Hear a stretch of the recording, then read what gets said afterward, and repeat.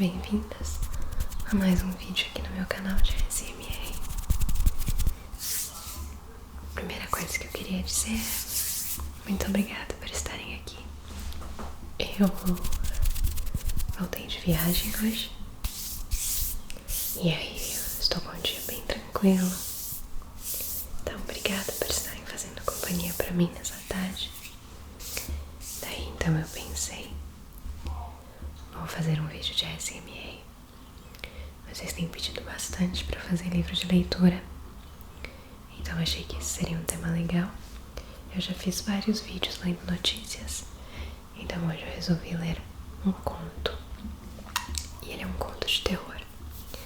Não tem nada muito, como eu vou dizer, horrível no conto. Eu selecionei um que é mais leve, pra não deixar vocês com um sentimento ruim depois de ler. Mas se você não gosta de contos de terror, não quer sentir suspense, não quer sentir nenhum tipo de emoção negativa, recomendo que você não assista esse vídeo, porque ele é realmente para as pessoas que querem um suspense, um sustinho, sabe? É mais ou menos isso. Então esse vídeo não vai agradar a todo mundo, mas eu particularmente gosto de contos de suspense, contos de terror e contos que me deixem tensa. Então eu quero ler esse tipo de conto pra vocês hoje. Então vamos começar esse conto que eu vou ler hoje. Aliás, eu estava pesquisando vários contos diferentes e achei vários muito legais, mas como eu falei, eles eram um pouco mais agressivos e aí eu achei que não seria adequado. E daí eu me lembrei que quando eu era criança eu li um livro que se chama Mosaicos da Vida, e é um livro com vários contos diferentes, e eu tinha gostado muito desse livro quando eu li. E tinha uma história em particular, que por acaso é a única história que eu me lembro por completo, que foi a que mais me marcou, que é a história da Lígia Fagundes Telles. Ela escreve vários contos, ela é brasileira, e esse conto, quando eu li, quando eu era criança, realmente me marcou muito. Então eu resolvi ler ele agora. Eu não sei se eu vou gostar agora lendo adulta, não sei se vai ter o mesmo impacto, mas eu resolvi não ler ele de novo, só junto com vocês, pra vocês terem a minha reação sincera de ler o conto.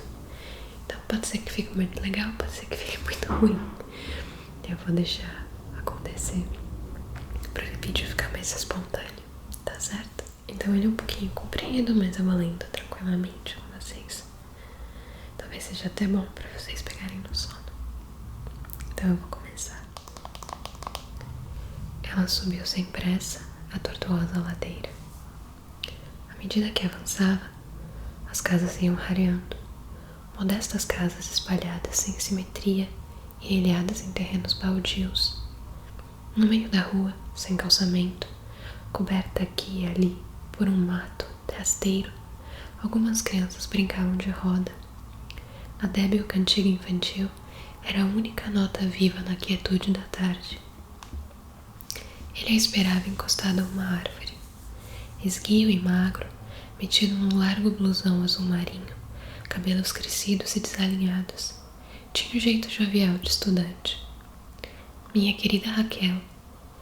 Ela encarou-o, séria, e olhou para os próprios sapatos. Veja que lama!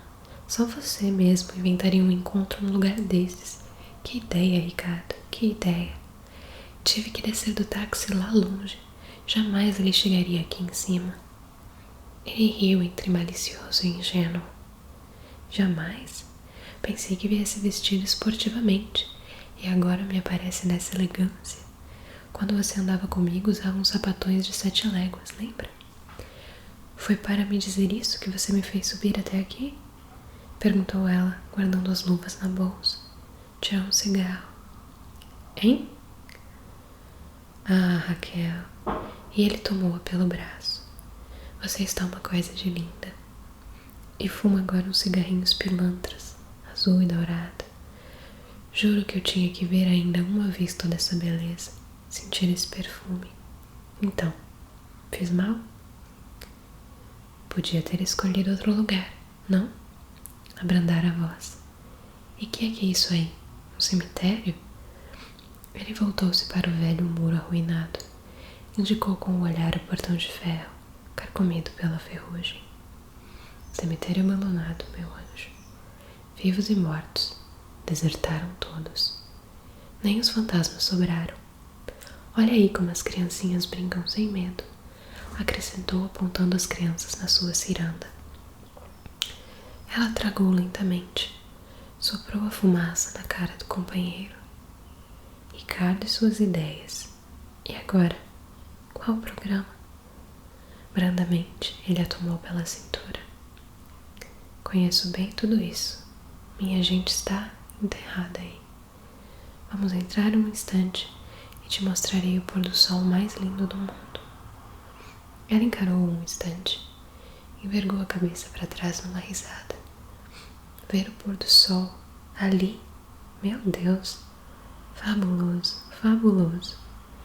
Me implora um último encontro, me atormenta dias seguidos, me faz vir de longe para esta buraqueira, só mais uma vez, só mais uma. E para quê? Para ver o pôr do sol no cemitério. Ele riu também, afetando encabulamento como um menino pilhado em falta. Raquel, minha querida, não faça assim comigo. Você sabe que eu gostaria era de te levar ao meu apartamento, mas fiquei mais pobre ainda, como se isso fosse possível. Moro agora numa pensão horrenda. A dona é uma medusa que vive espiando pelo buraco da fechadura. E você acha que eu iria? Não se zangue. Sei que não iria. Você está sendo fidelíssima. Então pensei, se pudéssemos conversar um pouco numa rua afastada, disse ele, aproximando-se mais. Acariciou-lhe o braço com as pontas dos dedos. Ficou sério, e aos poucos, inúmeras rugazinhas foram se formando em redor de seus olhos ligeiramente apertados. Os leques de rugas se aprofundaram numa expressão astuta. Não era nesse instante tão jovem como aparentava, mas logo sorriu e a rede de rugas desapareceu sem deixar vestígio. Voltou-lhe novamente o ar inexperiente, meio desatento. Você fez bem em vir. Quer dizer que o programa... E não podíamos tomar alguma coisa num bar? Estou sem dinheiro, meu anjo. Vê se entende. Mas eu pago. Com o dinheiro dele? Prefiro beber formicida. Escolhi este passeio porque é de graça e muito decente.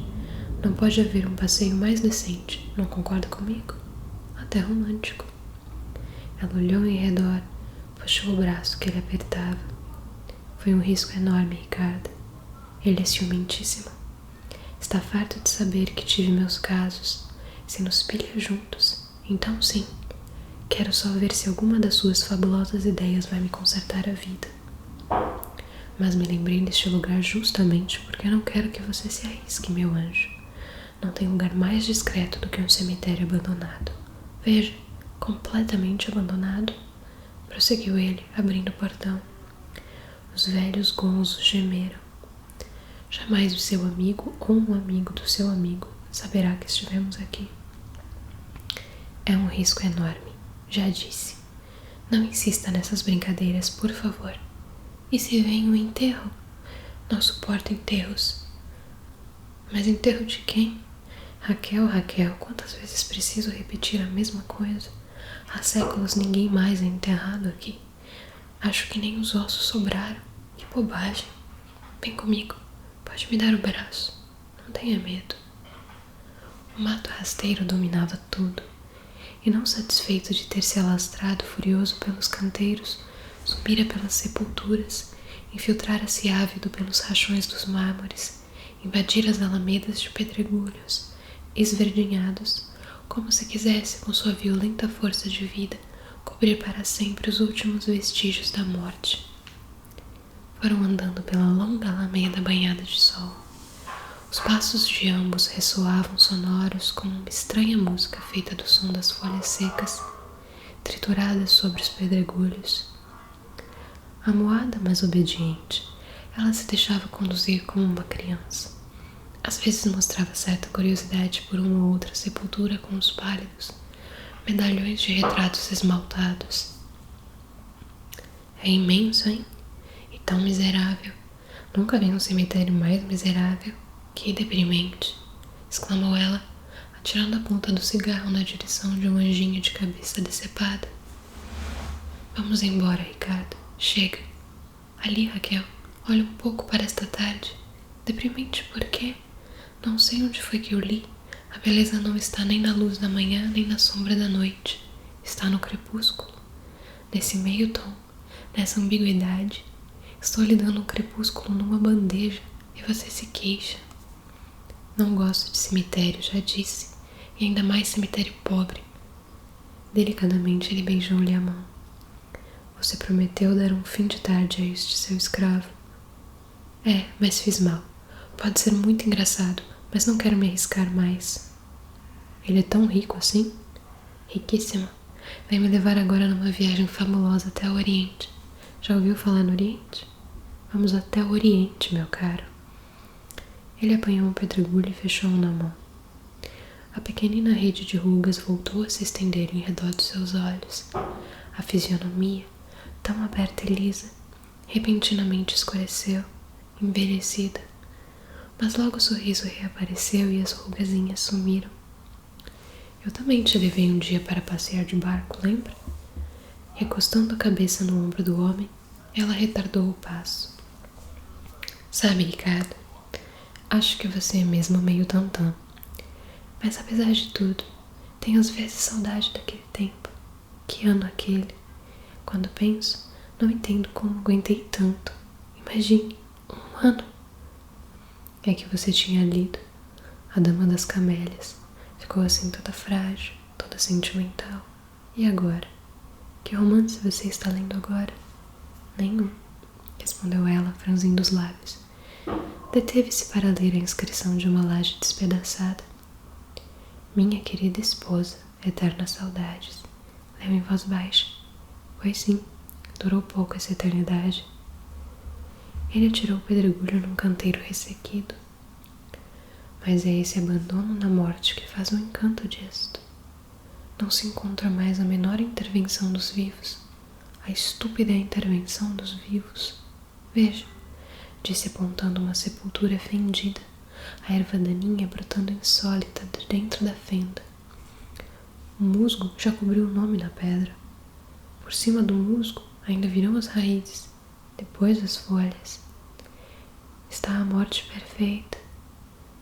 Esta a morte perfeita. Nem lembrança, nem saudade, nem o nome sequer. Nem isso. Ele aconchegou-se mais a ele. Ela aconchegou-se mais a ele. Bocejou. Está bem, mas agora vamos embora que já me diverti muito. Faz tempo que não me diverto tanto. Só mesmo um cara como você podia me fazer divertir assim. Deu-lhe um rápido beijo na face. Chega, Ricardo, quero ir embora. Mais alguns passos. Mas este cemitério não acaba mais. Já andamos quilômetros. Olhou para trás. Nunca andei tanto, Ricardo. Vou ficar exausta. A boa vida te deixou preguiçosa? Que feio, lamentou ele, impelindo-a para a frente. Dobrando esta alameda, fica o jazigo da minha gente. É de lá que se vê o pôr do sol. Sabe, Raquel, andei muitas vezes por aqui de mãos dadas com minha prima. Tínhamos então 12 anos. Todos os domingos minha mãe vinha trazer flores e arrumar nossa capelinha, onde já estava enterrado meu pai. Eu e minha priminha vínhamos com ela e ficávamos por aí de mão dadas, fazendo tantos planos. Agora as duas estão mortas.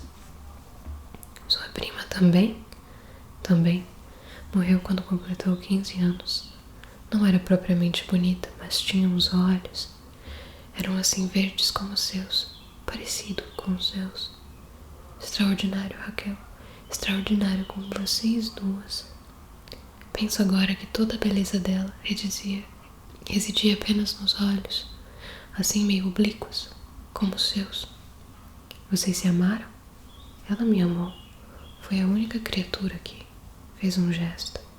Enfim, não tem importância. Raquel tirou-lhe o cigarro, tragou e depois devolveu-o. Eu gostei de você, Ricardo. E eu te amei. E te amo ainda. Percebe agora a diferença? Um pássaro rompeu o cipreste e soltou um grito. Ela estremeceu. Esfriou, não? Vamos embora. Já chegamos, meu anjo. Aqui estão meus mortos. Pararam diante de uma capelinha coberta, de alto a baixo por uma trepadeira selvagem que a envolvia num furioso abraço de cipós e folhas. A estreita porta rangeu quando ele a abriu de par em par. A luz invadiu um cubículo de paredes enegrecidas, cheias de estrias de antigas goteiras. No centro do cubículo, num altar meio desmantelado, coberto por uma toalha que adquirira a cor do tempo, 2 vasos de desbotada opalina ladeavam um tosco crucifixo de madeira. Entre os braços da cruz, uma aranha tecera 2 triângulos de teias já rompidas, pendendo como farrapos de um manto que alguém colocara sobre os ombros de Cristo. Na parede lateral à direita da porta, uma portinhola de ferro dando acesso para uma escada de pedra, descendo em caracol para a catacumba. Ela entrou na ponta dos pés, evitando roçar mesmo de leve naqueles restos de capelinha. Que triste que é isso, Ricardo. Nunca mais você esteve aqui? Ele tocou na face da imagem recoberta de poeira. Sorriu melancólico. Sei que você gostaria de encontrar tudo limpinho, flores nos vasos, velas, sinais da minha dedicação, certo? Mas já disse que o que mais amo nesse cemitério é precisamente este abandono, esta solidão. As pontes como o outro mundo foram cortadas, e aqui a morte se isolou total, absoluta. Ela adiantou-se e espiou através das enferrujadas barras de ferro da portinhola. Na semi-obscuridade do subsolo, os gavetões se estendiam ao longo das 4 paredes que formavam um estreito retângulo cinzento. E lá embaixo? Pois lá estão as gavetas, e nas gavetas minhas raízes. Pó, meu anjo, pó, murmurou ele. Abriu a portinhola e desceu a escada. Aproximou-se de uma gaveta no centro da parede, segurando firme na alça de bronze, como se fosse puxá-la. A cômoda de pedra não é grandiosa? Detendo-se no topo da escada, ele inclinou-se mais para ver melhor. Todas essas gavetas estão cheias? Cheias? Só as que têm o retrato e a inscrição, está vendo? Nesta está o retrato da minha mãe. Aqui ficou minha mãe, prosseguiu ele, tocando com as pontas dos dedos num medalhão esmaltado embutido no centro da gaveta. Ela cruzou os braços, falou baixinho, um ligeiro tremor na voz. Vamos, Ricardo, vamos. Você está com medo. Claro que não, estou aí com frio. Suba e vamos embora, estou com frio. Ele não respondeu. Adiantara-se até um dos gavetões na parede oposta e acendeu um fósforo. Inclinou-se para um medalhão frouxamente iluminado. A priminha Maria Emília. Lembro-me até do dia em que tirou esse retrato, 2 semanas antes de morrer. Prendeu os cabelos com uma fita azul e veio se exibir. Estou bonita, estou bonita. Falava agora consigo mesmo, doce e gravemente. Não é que fosse bonita, mas os olhos. Venha ver, Raquel. É impressionante como tinha os olhos iguais aos seus. Ela desceu a escada, encolhendo-se para não esbarrar em nada. Que frio faz aqui, e que escuro. Não estou enxergando. Acendeu outro fósforo e lhe ofereceu a companheira.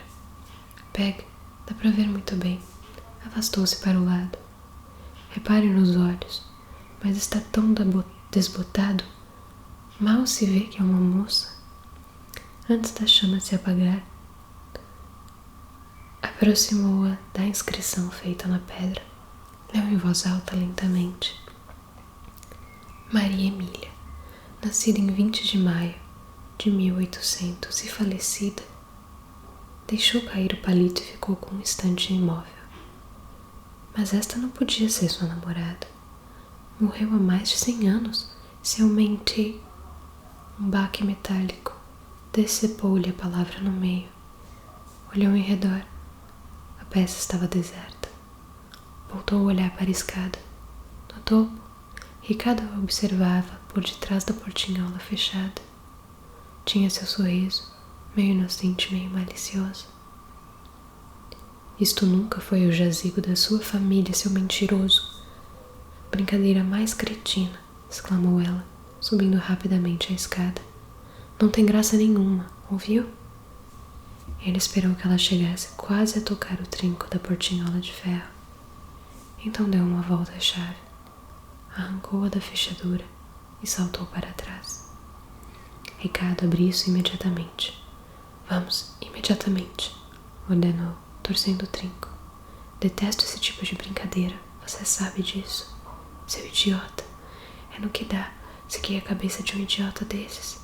Brincadeira mais estúpida. Uma réstia de sol vai entrar pela frincha da porta. Tem uma frincha na porta. Depois vai se afastando devagarinho, bem devagarinho. Você terá o pôr do sol mais belo do mundo. Ela sacudia a portinhola. Ricardo, chega. Já disse, chega. Abre imediatamente, imediatamente. Sacudiu a portinhola com mais força ainda.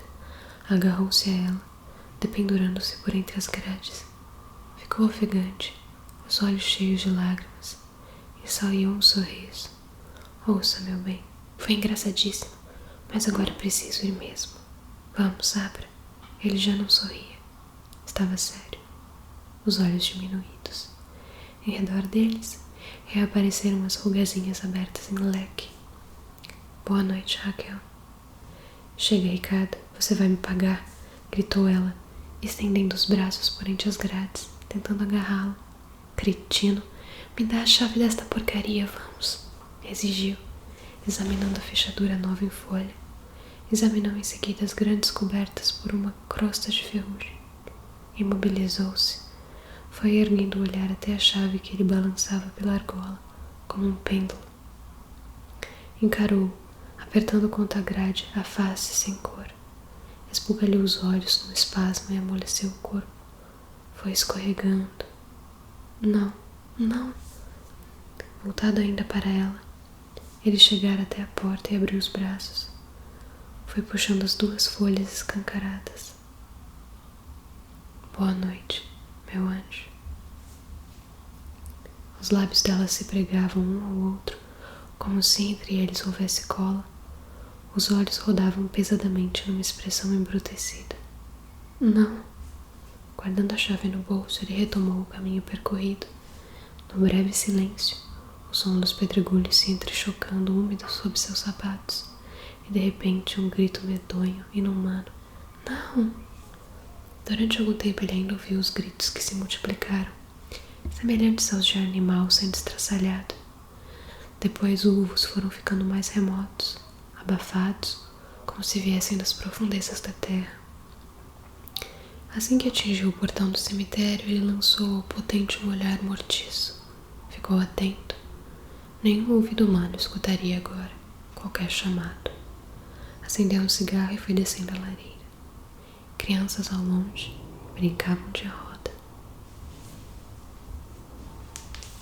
E esse é o conto.